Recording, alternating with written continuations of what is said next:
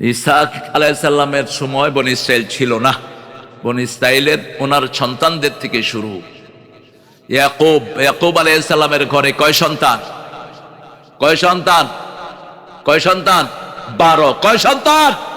12 নবী ছিলেন শুধু ইউসুফ, উনি হলেন বনী ইসরাইলের প্রথম নবী।